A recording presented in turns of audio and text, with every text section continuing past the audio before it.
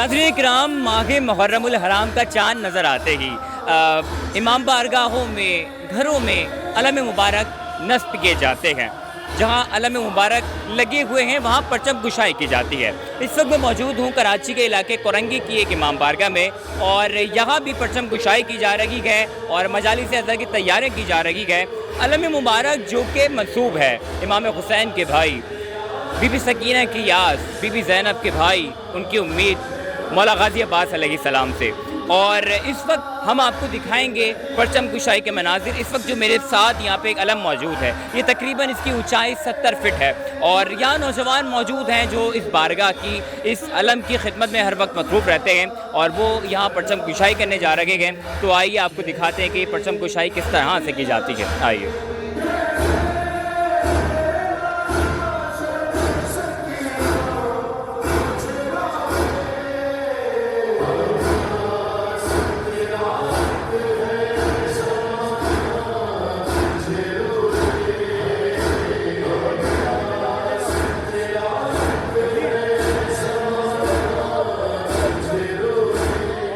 नाज़रीन, हमारे साथ ये नौजवान मौजूद है, और आपने देखा कि ये अपने साथियों के साथ यहाँ परचम कुशाई में मसरूफ़ थे। मैं इनके पास चलता हूँ और इनसे सवाल करता हूँ। अस्सलाम वालेकुम जी। वालेकुम अस्सलाम। कैसे हैं आप? अल्लाह का शुक्र, आप सुनाएं। अल्हम्दुलिल्लाह। अच्छा, मुझे ये बताइएगा कि माशाल्लाह आपके हम उम्र आपके दोस्त यहाँ मौजूद थे और आपके साथ परचम कुशाई कर रहे थे।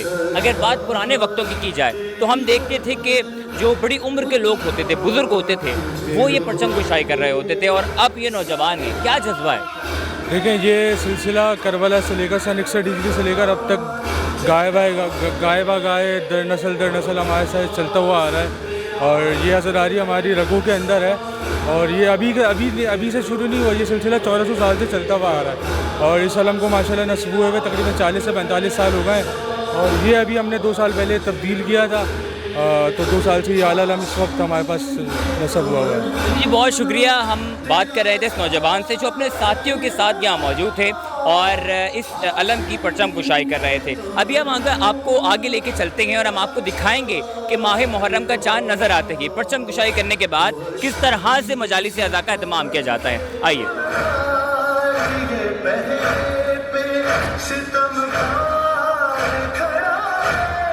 नाज़रीन किराम, हमने अभी आपको दिखाया कि किस तरह से परचम कुशाई की जाती है। साथ साथ मैं आपको ये भी बताऊं कि जब मुहर्रम उल हराम का चाँद नज़र आता है और मजालिस अज़ा का इनक़ाद किया जाता है, तो मुंतज़मीन की ये कोशिश होती है कि ज़्यादा से ज़्यादा वो तमाम चीज़ें यहाँ पे रखी जाएँ जो करबला वालों से मंसूब है। अभी हम यहाँ पे मौजूद थे, इस परचम कुशाई पे हम बात कर रहे थे, तो मेरी नज़र यहाँ मौजूद एक सबील पे पड़ी जिस पे अभी काम जारी है, और ये इस इमाम बारगाह में ये सबील मौजूद है जिस पे शहदाए करबला की याद में रोज़ा भी बना हुआ है, और अब से कुछ लम्हे बाद जो है वो इस सबील पर काम मुकम्मल कर लिया जाएगा। अभी हम आपको आगे लेके चलते हैं कि सबील के साथ साथ एक इमाम बारगाह में किस तरह से नौजवान काम कर रहे होते हैं, किस तरह से मजालिस अज़ा का एहतमाम किया जा रहा होता है। हम अभी यहाँ मौजूद थे और यहाँ पे अंदर नौजवान मौजूद हैं जो कि मजालिस अज़ा की जो तैयारियाँ हैं उनमें मसरूफ़ हैं।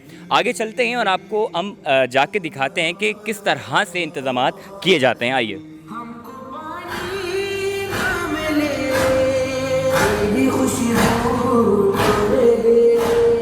नाज़रीन किराम, यहाँ ये नौजवान मौजूद हैं जो कि यहाँ पे ये चादर बिछा रहे हैं, और यहाँ पे इसको फ़र्श अज़ा कहा जाता है। फ़र्श अज़ा, और यहाँ पर मजालिस अज़ा मुनक़िद की जाती हैं। ये नौजवान मौजूद हैं जो यहाँ तैयारियाँ कर रहे हैं, चादर को सही कर रहे हैं। इसके साथ अगर हम आगे बढ़ते हैं तो आगे या नौजवान मौजूद हैं जो इनकी सफाइयों को देख रहे हैं। साथ मेंबर मौजूद हैं यहाँ पे जिस पे ज़ाकिरीन बैठकर खिताबत करते हैं, और अगर मैं आपको यहाँ बताऊँ तो ये वो जगह है जहाँ पे सोसखानी के फ़राइज़ जो सोसखान होते हैं वो अंजाम देते हैं। सोसखानी में आपको बताऊँ कि यहाँ पे सोस जो कि एक बहुत पुरानी तारीख़ है, सोसखानी की तारीख़ बहुत पुरानी है, और जब बात सोसखानी की आती है تو میر انیس صاحب کو آپ بالکل بھی نہیں بھول سکتے.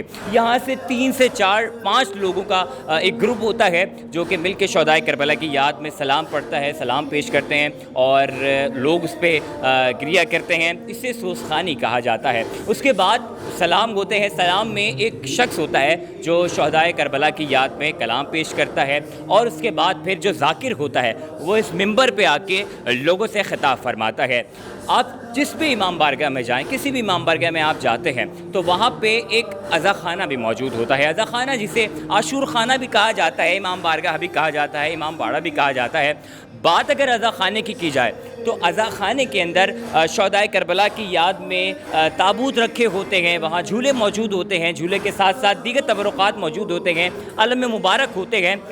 یہاں پہ یہ تابوت موجود ہے جو کہ امام حسین علیہ السلام کی یاد میں یہاں پہ سجایا گیا ہے. یہ تابوت ان سے منسوب ہے. اس کے بعد ایک خوبصورت زری رکھی ہوئی ہے اس عزا خانے میں. اس کے ساتھ یہاں پہ جو ہے وہ روضہ رکھا ہوا ہے جو کہ چاندی کا یہ تیار ہوا ہے. یہ بھی مولا حسین کی یاد میں یہاں پہ رکھا ہوا ہے. اس کے بعد یہاں پہ دیگر تبرکات بھی ہیں, عالم مبارک بھی رکھا ہوا ہے. یہاں پہ ذوالجنے کی شبی بھی ہے, جھولا بھی ہے اور دیگر تبرکات موجود ہیں.